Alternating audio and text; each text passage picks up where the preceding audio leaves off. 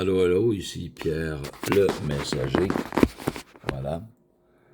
Eh bien, tout simplement pour vous dire qu'il n'y a pas seulement que l'apôtre Paul qui est monté au troisième ciel, au paradis, OK?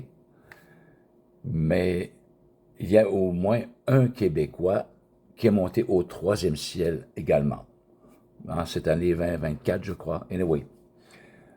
De toute façon, on va voir le cas, premièrement, de Paul dans 2 Corinthiens, chapitre 12. OK? Alors, Paul dit, il faut se glorifier, cela n'est pas bon. J'en viendrai néanmoins à des visions et à des révélations du Seigneur. OK? Je connais un homme en Christ qui fut, il y a 14 ans, ravi jusqu'au troisième ciel. Si ce fut dans son corps, je ne sais. Si ce fut hors de son corps, je ne sais. Dieu le sait. Alléluia.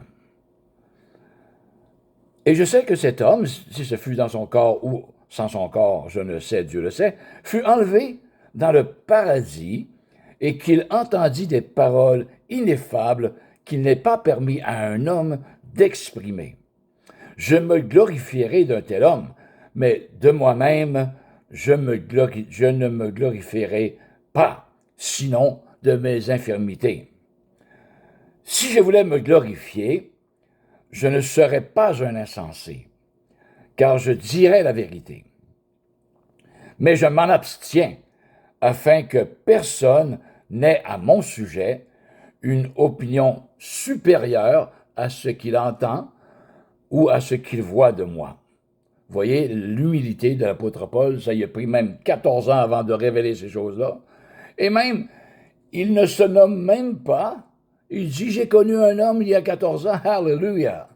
Mais on sait très bien que c'est de lui, mais il ne voulait pas se glorifier de ses révélations et de ses visions du Seigneur. Alléluia. Quelle humilité l'apôtre Paul. Non seulement l'apôtre Paul, mais comme je disais tantôt aussi, il y a un Québécois que je connais un peu, OK, qui ici aussi a été ravi au troisième ciel. Hallelujah.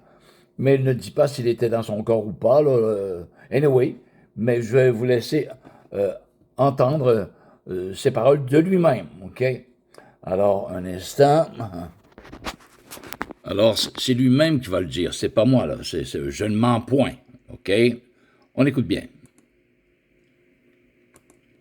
Une échelle de temps de ce que le Seigneur m'a montré. Une espèce de tableau chronologique de ce que le Seigneur m'a montré depuis 2016.